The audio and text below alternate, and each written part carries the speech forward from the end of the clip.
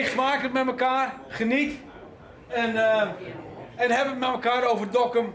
En wees geïnteresseerd in je buren, in de mensen die bij je zitten. Veel plezier.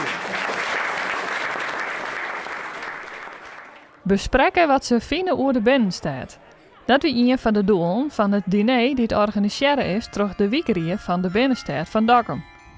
Alle bewoners in en buiten de balwerken konden haar aanmelden voor een 3-gangen verrassingsdiner bij een van de restaurants die het hebben vindt in de binnenstad. Voor de tweede keer een groot succes. Een mooie manier om de medebewoners even het zien te komen en even in de oorzetting mij ook te praten. En het is gewoon een heel leuke, leuke vibe. Prachtig. Je hebt het wel op de achtergrond. De mensen die praten met je waar ze wisselen je informatie uit en hoe ze je wijn, hoe ze de binnenstad beleven, hoe ze Dokkum beleven. En dat krijgen wij weer op als bordje. En daar doen we het uiteindelijk echt voor. Hè? Wat vind je mooi in Dokkum? Ja, ik ben hier geboren en getogen en ik vind het een geweldig stadje. Wat is het mooiste?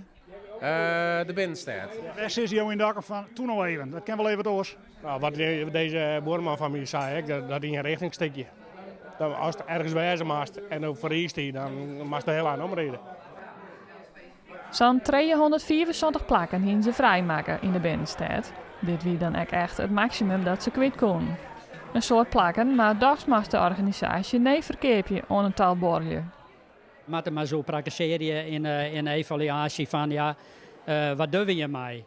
Of we moeten een locatie zieken of twee buiten de stadswal, we moeten maar even zien. Biefstek of pasta, dat is van tevoren net fout uitzieken. De organisatie plaatste de bewoners in een willekeurig restaurant waar ze voor een mooi prijsje eten konden. Ja. €15, dat is geen geld toch? Ja, nee, stel er nog voor. Als de McDonald's gaat, ben je meer kwijt.